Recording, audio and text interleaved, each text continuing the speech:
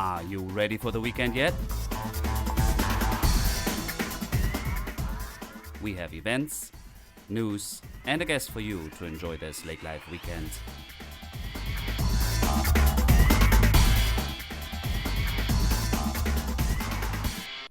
Hello and welcome to another episode of Lake Life Weekend Podcast. I'm Dirk, I'm your host, and we are in week 26 of this summer. The longest days of the year are around us and the weather is great. Thank you for tuning in. We have a really cool story of one of my most favorite beer gardens in the area in this episode. So hear the full story about Outstate Brewing Company from the founder, Dan Mohagan of Fergus Falls. Great interview. Stay tuned for that. And also, we like to share that despite the fact that we have new distancing rules in place for most places, I see that there are quite a few outdoor events happening this season. So in Perham, we had a light version of Turtle Fest, which drew a few people out, which I thought was nice. And then I also heard that Fergus is planning Looney Days, with some social distancing rules, and which I don't know exactly how they will apply, but I think it is good that we are getting outside carefully and reinterpret our new normal. I also went to the flea market at Shady Hollow in Detroit Lakes, and it's not too packed, so there is lots of opportunity to get out and explore. Also, Harry and I, we went to Wadena, to a mountain bike trail, which we featured in one of our issues, which was super cute, and I can only recommend. There's a lot of outdoor spaces for the dogs to run. And I would like to send you to our website, wkndnow.com. That's WKNDNOW.com, wkndnow.com. And we have a map for all kinds of places and destinations you can visit with your family or by yourself. So that's new. And also our new summer issue is out in Fargo, Moorhead, everywhere at the Hornbuckers. And then we have been distributing them here in Lakes Country, Becker County, Outstate County. We'll actually make a run soon to the Brainerd area for those friends, and we have some in Fergus Falls. And thank you very much. We must have a growing listenership. We have more and more subscribers, so feel free to email us your address and we will just send one to you. So don't be shy to do that. Thank you for all the people that are following us and part of our Lake Life community here in our area in West Central Minnesota. So enough of that. Thanks for tuning in and enjoy our interview about Outstate Brewing. And have a great weekend ahead.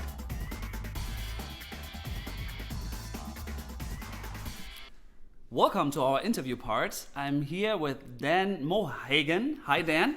Hello there, Dirk. How are you? I'm great. Thank you for coming to Perham. And we're sitting here across our ping pong table to record your story about Outstate Brewing Company, which you founded not even 2 years ago. I mean, technically the founding, yes, but the opening was just at the end of last summer. We started distributing beer. And Pretty much a year ago. We opened our tap room the day before Thanksgiving.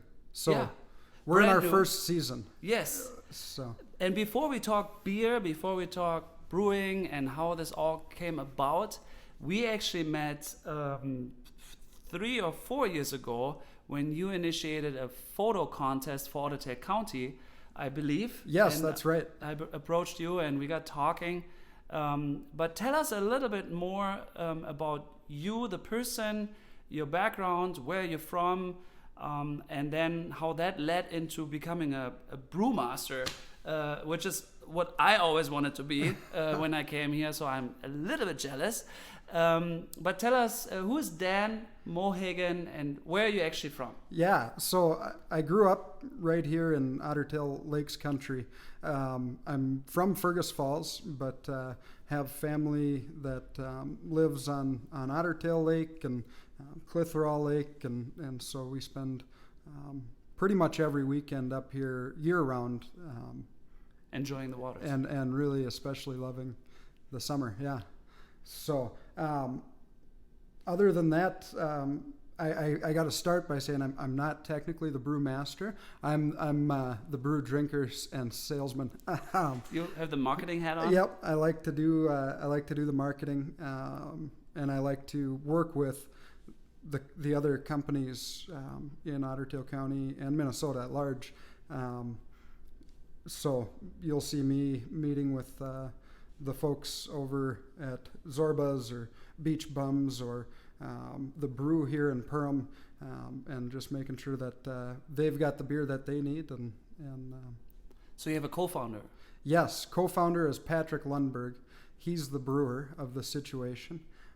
He's been brewing for 8 years and has lived in Fergus for the last decade, but also tutors under the former brewer of New Belgium, Mike Cothran, who is one of our partners in this business as well.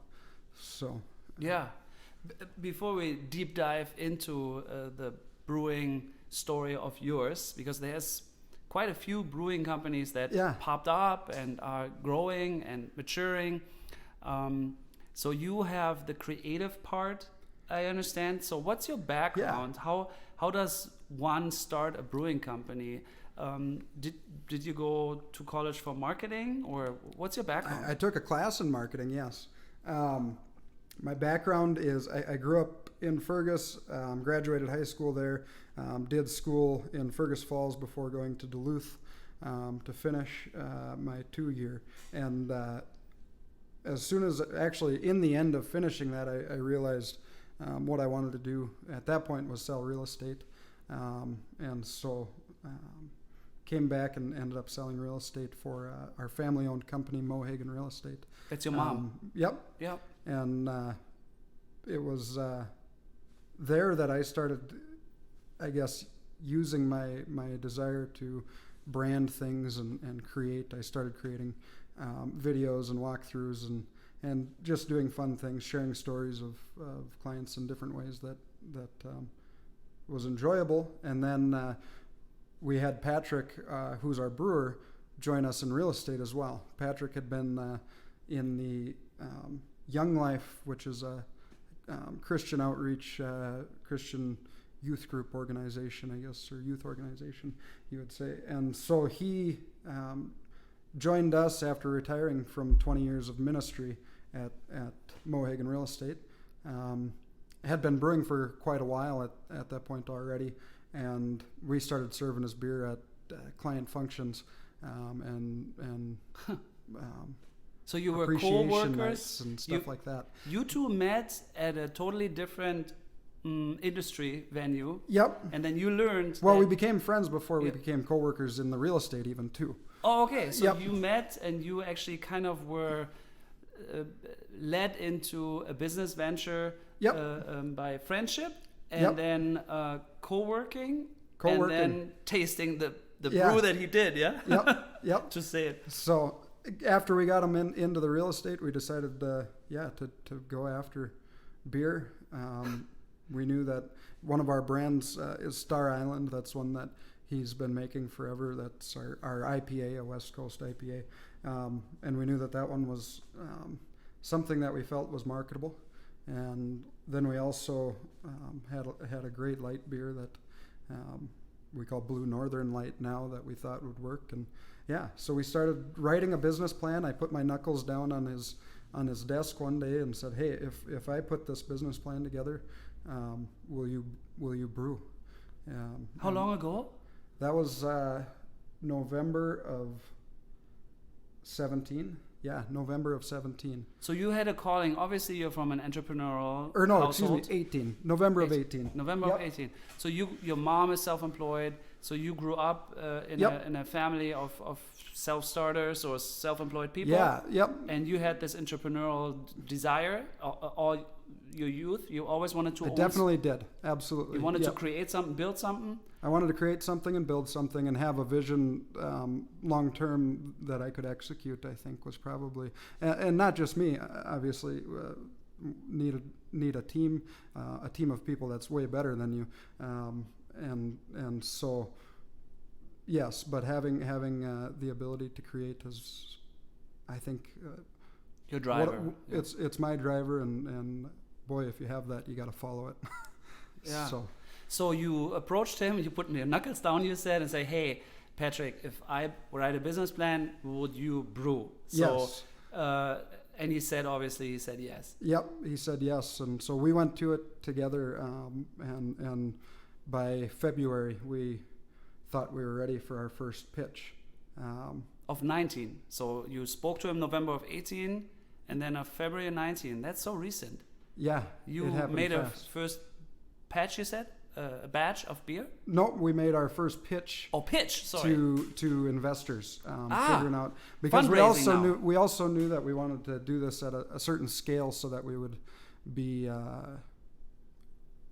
especially in Fergus, and this is part of our drive for loving Outstate communities and specifically Fergus Falls and Otter Tail County. We wanted to create something not just that we could serve you beer.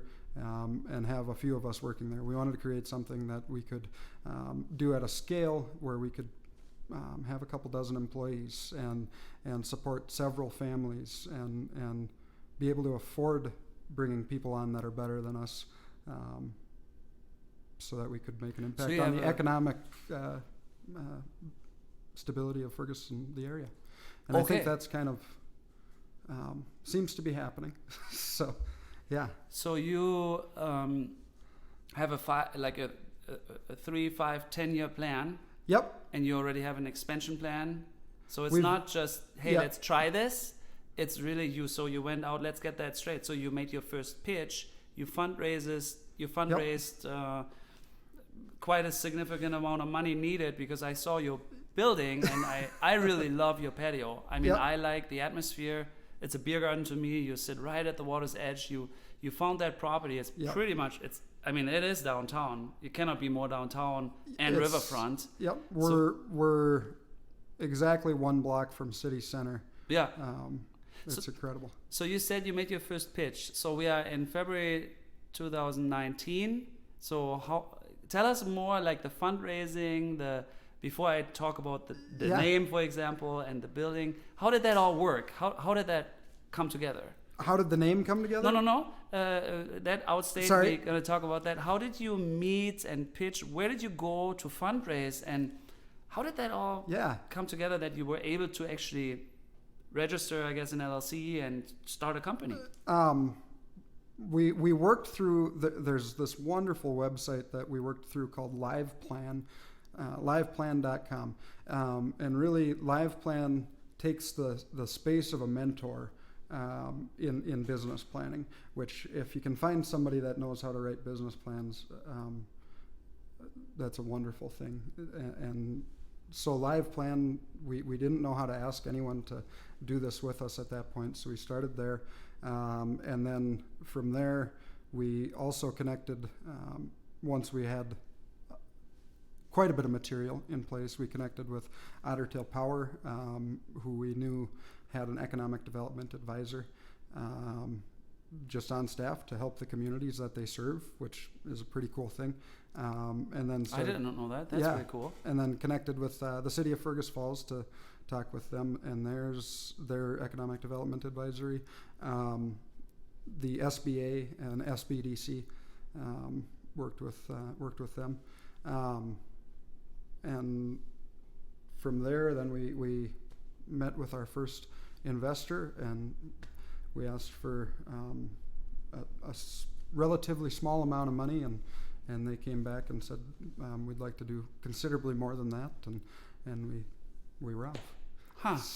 So there was a website that helps you formulate a business plan? Is that plan? It's a great place to start. Still need to really, I think, bring in as many people as you know that are competent in that, but it was a wonderful place to start. So define the story and the goals and the goals scales and make you reflect on your ideas and kind of like bring it on paper. And then even beyond that, they actually will give you, to a certain extent, market information. So as you're looking at cost of goods, they might say, typically you should look at this and this, and Interesting. So yeah. So that's where you started. Actually, very interesting for me to know too. Yeah. Because I claim to be an entrepreneur, so I have no idea that existed. So that's good. I will There look you go. into that, to And be it's, honest. it's something you can use actively too, and it helps you look at more from a high scale than, and actually it can connect in with QuickBooks and stuff like that, so it watches you as you actually are. So how does your plan meet your Numbers. numbers and your actual? So that's cool. So you did some research. You got a tool that helps you define your vision. Yep. And then you approached certain economic development advisors, either from the public sector, the city level, and probably Yep. OTC itself, Outstate County. And then even just reaching out to other business people in the area, reaching out to like Tag Up, who does some wonderful stuff in Fergus and does printing for us, hopefully more in the future, and talking with them and getting advice from them on how to go about something like this. Just bringing in people as much as we could, and trying to glean as much information as we could. And you pitched your idea to your first investor. Was it family, friends? No, but it was someone we knew that was an investor in Fergus Falls, and someone we knew believed in our what we were doing. But not a family relationship, so Nope. a true outsider? True These outsider. are the hardest to get. Yes. And he committed? However, the family ones usually come with I'll do it if someone else does. So Sure, that's so it. we had some of those on the line as well. But this was our first Wow. That's the hardest. I have not succeeded yet in my life. So very good. No, okay, well, keep cool. trying that. Yeah. It's fun. No, that's really cool. Okay, congratulations. So you got your funding started Yep. early in 19. And then how did that go? You found a property? Tell us, Yeah. how did that so all then go? one of the economic development advisors that were Dale Umlauf was Otter Tail Power's economic development advisor. There's got to be a simpler way to say that. Maybe if I had a beer first, I would be able to I didn't get allow it you out one, smoother. I guess. But we reached out to him, and he both combed through our plans and numbers, and helped us to see, I'm sure, a lot of things that we were probably blind to at the time. But the discussion came, okay, where's the site? And we said, well, we really want to build something vibrant here in town. Was number one, in Fergus Falls. Number two, we wanted to reconnect or do our part to improve the connection of Fergus Falls to Lakes Country, Minnesota. Because we all, in Fergus Falls, we all love, this is why we're here. Yeah. Big Pine is just as important to us, I would say, as it is to Perham. Maybe not, but but it's right up there. And so... So you wanted to be somewhere close to the water and in downtown. And then one day we met with him, and he said, hey, actually, there's this piece of property down by the river that we own, and we've never sold anything, but let's see if I can talk someone into it. Oh, it was owned by Outstate Power? Yep. And they don't like selling property for a lot of good reasons. It's difficult for a public utility company to take on those liabilities and stuff like that. Once they buy stuff, they like to hold it. And they offered you came to an agreement? Yes, yep. And did they become investors? Do they own a share of Nope. it? No? Oh, so they just sold us the property. It was Okay. really nice. It was really cool. And it was something that their board looked at as, this is I think they saw what we were doing, and they believed in it, and they all asset voted to the community. Yep. Or Yep. So they only wanted to sell a property like that if it was going to be, I don't know. So you got that. So you got the first funding round. Did that help in the acquisition of that land? Yep. That covered. And then, you put a structure up there. It was new. You didn't reconvert something, I understand. Nope. So you put a whole new building up. And 10,000 square feet? How big is the building? It is 8,500. Yeah. Almost 10. Okay, Almost so 10. 8,500 square feet. A good guess, I guess. Yeah. And my real estate eye. And but that must have cost a significant amount of money. So you must have had, how many investors did you find? 20, 30? a half dozen that put in real large stakes, and we kind of had two ways that we looked at it. We had people that were putting in for ownership, taking a little bit bigger risk, and then we had people that were putting it in for perks, which is something that's pretty common in the beer world, where maybe your terms on the actual dollar aren't quite as good, but so it's not a loan, but you get some beer. So you kind of make a subscription, a prepaid beer subscription. Yep. For like, what does it run? 5,000, 10,000? Well, the group, the original group is actually a $25,000 group. That was the, and so they do get money back, but not in the way that the largest investors did, and then. And then they get a lifetime of beer, essentially. Wow. Okay. So we have early 2019, February, you buy a piece of land, you build, and then you already opened the day, like in November of 19, you already opened the tap room? It's fun to hear you say it like that, because it did not feel like already at the time. It is so fast. Yeah, it was. I guess it really was in the end. How did you make the connections to the brewing equipment? I mean, like, have you done that all in 19? I mean, like, have you came to like, hey, Patrick, let's do this in late 18? You go online, formulate a business plan, then in early 19 you connect to some advisors. Because late 18 we were already down in Nebraska looking at equipment. Vessels, or what do you all need? But what do you all need? What did you all get? I mean, what do you need to build a you need a lot. You need we've got a 3-vessel brew house, which has a hot liquor tank, we call it, a large tank attached to that, and so we've got 1, 2, 3, 4, 5. We got like nine vessels of stainless steel that all hold 20 to 40 barrels of water. Then we've got a boiler system that was a big deal, and a chiller system that was a big deal. So quite a few pieces of equipment. A lot. There's a lot that goes into it. And the investment, is it half for property and building and half for the brewing equipment? That is costly, isn't it? I would say in our instance, yes, but our property could have cost more. Okay. In most situations, in larger situations, I guess. My point was like the heart of the brewing company. It's a big deal. It's a big deal. It's like that is a heavy investment needed. Mm-hmm. So one cannot just go ahead and say, "Hey, I'm just starting a brewing company." It's a lift to purchase. Yes. Yep. Yeah. The cash in, the appraisal out, the building is worth quite a bit compared to. But, yeah. So you got your plan. You got your investors. You got advisors. You got the equipment. How did you feel? Like first, before it's like, because you must have been nervous. Oh gosh, yeah. I mean, absolutely. I'm glad you say that, because that's normal, right? I mean, and that's actually also very refreshing. It's great to be terrified. Yeah. It was terrifying, but I think we looked at it as it takes a lot to do something cool, and it takes a lot to do something rewarding. And so, I guess we always spoke that failure wasn't an option, but willingness to fail certainly is part of it. So, So how did you decide? How did you come to the name? Like, was that something that somebody said and you said, "Oh, that's a good idea," or did you and Patrick?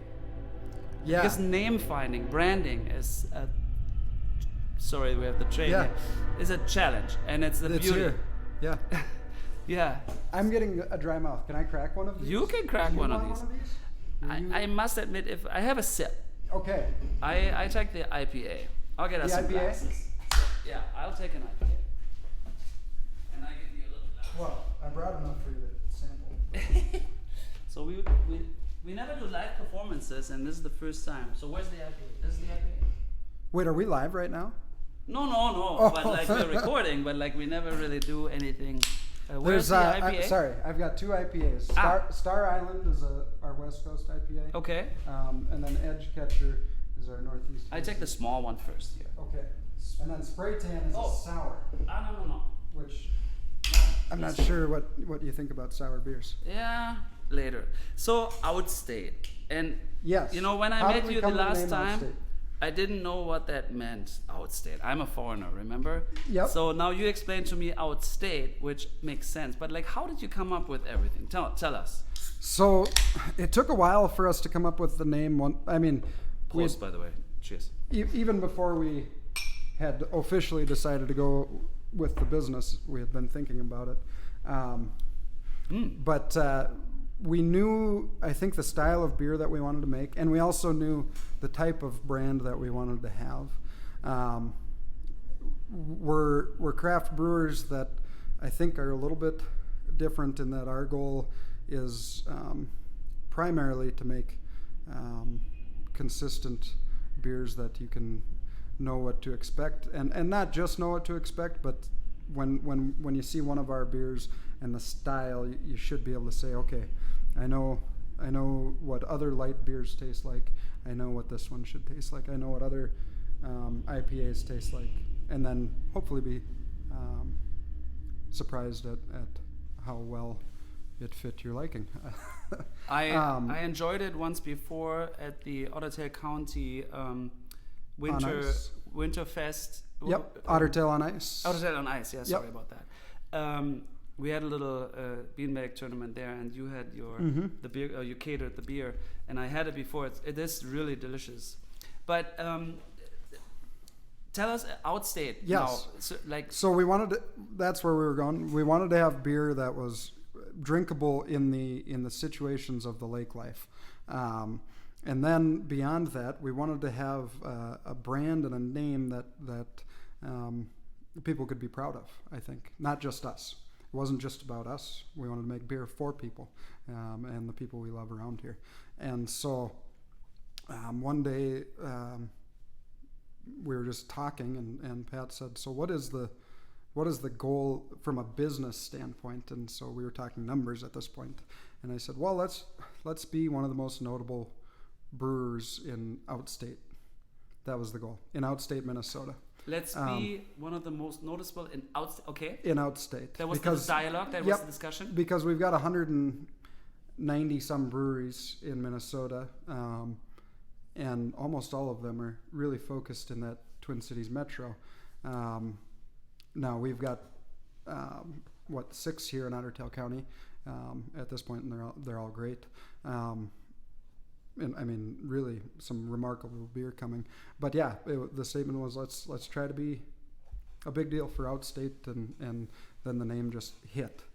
It was, oh God, that's it. That's the name. Outstate Brewing Company. Outstate Brewing Company, and it fit. It just with brands like the Edge Catcher and our Spray Tan has that gentleman on the dock. Is that you on the can? I can't tell. But, I like the name. Yeah. I like the logo a lot. And I like the concept and the message that I'm hearing now. And it makes... And the other thing about Outstate, growing up here, being involved in sports and stuff like that, going down to the Twin Cities for high school sporting events, we were always looked at as Outstate. We were always looked at as the Cinderella team or whatever, that, okay, they're disadvantaged because they're Outstate. Interesting. And it's like, because I didn't understand Outstate, and you explained it to me. There are people that take exception to the word Outstate. It can be taken as a there was a campaign in the 90s that was Outstate is in, trying to say, hey, and then at the same time they introduced Greater Minnesota, right? We're not Outstate, we're Greater. Okay. And yeah. And so we wanted to champion the name and be proud of being Outstate. Absolutely. Yeah. No, we have a whole lifestyle being Outstate. Absolutely. I'm gonna run with that too in my head. I understand it now much better, not just because of the delicious beer, but there's really something about being able to see the stars. I agree. And having darkness in a room and something about light pollution in the cities. No, I get it. I am from a metropolitan in my home country, so I understand, and it's beautiful. I walk the dog. He's sleeping to our feet here, Oscar, at night at 10, 11, and you have this umbrella of stars, or what is it called? The canopy. Yep. It's beautiful. No, I love it. And then when the moon is full, I mean, it's a lantern. Absolutely. Yeah. Absolutely. I noticed, and then it's a community that's connected and willing to come together, and also a community that can be affected. One person can make quite a difference in Outstate. That's kind of the way True. I would see it. What I notice here is actually your Outstate Brewing Company logo. It incorporates the water. Yes. And it's an A-frame cabin on the water. Oh, now it's an A-frame. I was trying. All right. So you're more lake life than I even thought. Yep. Absolutely. Yep. It's an A-frame cabin on the water. A-frame. Now I see the A-frame. I love it. Yep. My son and I were dreaming of an A-frame, or we really like the structures of A-frames. Huh? Does your family own an A-frame? No, but I probably should someday. You should. Good friend of mine owns an A-frame. Jack, you know Jack. Oh, I know Jack. Yeah, we spoke. Yeah. Yep. Yeah, he's your dog feller, right? Yeah, exactly. The breeder of Oscar. Yes. Yep. Yeah. And Jaeger I've got one of, is it Oscar's sibling maybe or something, or is Oscar of? You have one too. Yep. No, I think he's a different litter. Okay. Than your dog. Yeah, definitely a different litter. Yeah, because my dog's 5 years old. Yeah, but I don't know the parents. Okay. I forgot you have a Münsterländer, a small Münsterländer. Yep. Yeah, we should have dog dates. We should. Beer dates, dog dates, all kinds of A-frame I should have brought her. Yeah, no, it's super cool. Yeah, I forgot you have a Münsterländer too. Yep. So we have this beautiful A-frame. So where are you all available? So you brew, and give us some numbers. So how many hectoliters? So how much do you produce? And tell us a little bit more. On the sales side, I don't speak in liters, but our brewer does. It is all metric actually. Yes, on the brewing side. Yeah, it is. Until it goes to market, because then you convert it back. Then we convert it back because we're in America. So I know we're different. But maybe we circle back. So you open. Yep. Not even a year ago, and tell us about that. So was it tap room first? Now you have a canning system, like you. We're actually on the shelf. We're on the shelf first. I see. Because we did the tap room just after we wanted to get something that was marketable and profitable, and actually we kind of had an idea that putting stuff on shelves might build some anticipation, since we had the ability to do it. And so as a marketing tool. Yes. Yep. Sure. So we opened the day before Thanksgiving, which was a month and a half after we had beer on shelves. Okay. And how big was it? Was it a big party? Like, how did that go? Like, we had. How did you orchestrate that? We had some live music and we made a big deal of the first night, but we also just for like 7 weeks we had like 2 musicians a week, and kind of went at it, and then hopefully we're getting back into that. We had our first musician this last weekend, and we have another one coming up this weekend. Good. So. But the community embraces it. You have Absolutely. A lot of support. Community's been incredible. Yep. We've had one. We've always got a food truck, which the most common one that we've had has been Fish Factor, which is a Latin taco truck, seafood taco truck, which is just incredible. And then we've had always full visiting? houses all the time. The food truck is there every day? Food truck is there at least 3 days a week, and hopefully expanding. Okay. Like to find, if any food truckers listening to this, like to find somebody to nail down our Sundays. They're a big day that, for some reason, food truck people don't want to work. But yeah, Monday can be their Sunday, right? Yeah. Yeah. So you you brought the beer on the shelf, you opened the tap room. How far is your reach? Tell us a little bit, where is it available? Right now we're into all through Otter Tail County, into Detroit Lakes, up into Park Rapids actually, and then from there we head to Alexandria, and we through the shutdown we ended up moving into the cities, and we've got 5 accounts in the cities right now, with another 18 waiting for us to have enough beer. Really? Yeah. So your demand is we're larger than your production. Yeah. Yeah. Yeah. I wish I didn't have to say that, but it's true. Beautiful. So, I'd like to have more beer. Yeah. But and you deliver also into. So that was accounts for restaurant, bars. Yep, absolutely. And then you bring kegs, I guess, or whatever that. Yeah. Yep. And where the 6-packs, where do you ship those? Where are those available? Those are in liquor stores, like I said, in DL, up into really that whole area. You can find it in Battle Lake, Underwood. Okay. You can find it in Vining and Fergus and Dent and really everywhere you want to be. I see. I think there's a card for that. How difficult was it for you to get on that list, or did you just show up and talk to the manager and say, "Hey, can we bring your?" I mean, depends on the store. Some places are more into it than others. Some places have drank your beer before you show up, and maybe they've already made up their mind.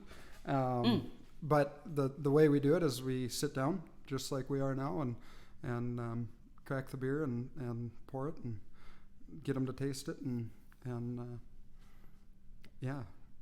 that's usually. And then they put their order in. Then they put their order in, and then you work on I'm sure other places do it differently, but I'm usually asking what they want a week in advance and bringing them beer. Wow. So you give us your little feedback, reflecting on the 1.5 years, the 6 months going towards, or that 1 year working towards the opening, and now this 1 year almost, finishing off and being in business. Tell us a little bit, like, what is your, the emotions, or like, what do you think? What do you feel? One, I'm happy to be here and be operating our business. The biggest thing is just grateful for the people that did it with us and are doing it with us actively. We've got an incredible photographer. We've got an incredible tap staff, and our assistant brewer certainly works harder than anyone else in the business, and then the reflection is bring more and more of those people into the fold, or develop them to their fullest extent, because you can't do this stuff alone. Yeah, no, I agree. And you're being so modest, but maybe because you're just at the beginning, and I think it sounds like you're going to be even more successful. But what I think, or what I would like to hear is, we are at a special place, and I don't want to shoulder clap or like, hey, this is such a unique place. But, you mentioned earlier Lakes Country, and you're very connected, and we are here at a Lakes podcast. But do you feel like geographically, you said it already, the support, but I'm amazed by the coincidence or the happenings that you get to a advisor at an organization, and then they end up selling you a piece of land, not to make a profit, to actually to support you. So do you feel that the local, and you know what, I'm so amazed. May I ask, are you 36, 34? 31. Oh, 31. I was going to say 32, but then I was thinking, it's like, how do you do this? So you're 31. Yep. And it's very young. I'm 10 years ahead of you, which doesn't make me ahead, but in age. So do you, and it's beautiful. You are a generation of, there's a term, go-getters, but you're a doer.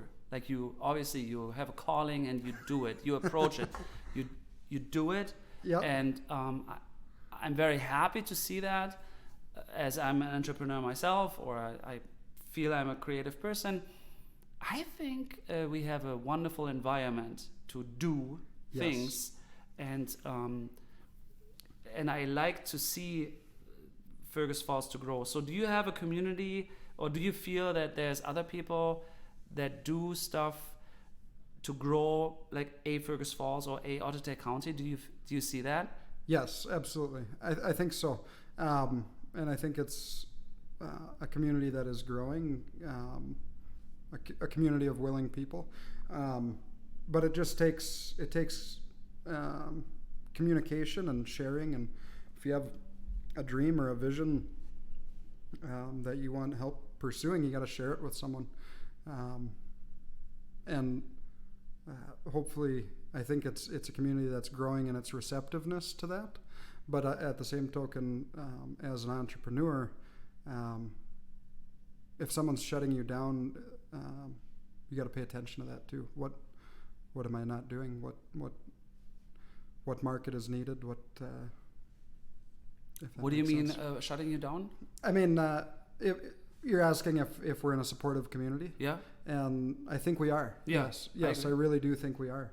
But I think I hear all the time that it's not a supportive community from one person or another. And, okay. And I think the reality is maybe they're doing something wrong. Don't give up. Don't give up. Don't give up, but don't improve. Don't expect everyone to tell you that your idea is great if it needs work. Interesting. That's you know I like mean? that. No, absolutely. But it's certainly a supportive community. Yeah, no, I agree. But I do like that even better, because that actually is the best help that one can have to protect. Mm-hmm. If you look at it that way. Mm-hmm. Because if somebody sees you walking down the cliff or whatever picture you want to draw, and says like, hey, don't do it, but that person may feel like, oh, no support, but they actually should reflect like, what am I doing wrong? And you said that a second ago, I think, so that we have even more supportive. They protect you from making a mistake. Yes, and I think no matter how good your idea is, there's a good percentage of people that are just too conservative that way with their investments or whatever. Mm-hmm. So hear it, but yeah, don't let it stop you. Right. But also don't disregard it. I think a lot of times people will receive a criticism and then they'll just shut themselves in and say, I'm not going to share my ideas anymore. Yeah, I see what you're saying. And that's not good either. No, it's not. No, I agree. I really have pretty much only positive experience in the area. Mm-hmm. I mean, I have also a lot of... No, I like that. And I'm so amazed because when we met, I had no idea. Then you spoke about it. All of a sudden, we have this beautiful business that you started. And now I really enjoy watching you and cannot wait to come more often to your beer garden. And we'll do that because I love the atmosphere, the water, the noise, the sound. And you're actually in the city and you're right at the gateway to Lakes Country. I mean, you are Lakes Country. But you're not on a lake, you're on the river. But Outstate is a big... Absolutely. Absolutely. I will totally recognize that the gateway term is one that especially our brewer bristles at a little bit. But the reality is Friday night is the best time at our place because people are getting to the lake. You know, they're going to spend Saturday out on the water and boat to their favorite restaurant or... drive into the Otter or Thumper Pond or whatever. Mm-hmm. But, I don't know. Friday at Outstate is pretty good. Yeah. No, I cannot wait. I think that was very, very cool. And we will soon meet and snap some pictures at your spot, live entertaining. And then maybe we will be able to do a little event together where we can serve to our audience here. We mentioned it earlier, so maybe we will be able to wing something for next year. I'm excited. That would be very fun. Thank you so much for coming. Usually I ask, what is your definition or what do you like about lake life the most? I love that it's Outstate. Okay, good. Is that fair? That's fair. Well, very good. Thank you, Dan, for coming and sharing your story. Thank you. Thanks, and Dirk. yeah, thanks for sharing your beer too. It's really delicious. Prost again. Thanks. Yeah, this was already our newest episode of the Lake Life Weekend podcast. We sure hope you enjoyed it. Tune in again next week with another great guest and updates. Always check out our website, lakelifeweekend.com, and if you have some comments, please feel free to email us at hello@lakelifeweekend.com, and you have a wonderful weekend ahead.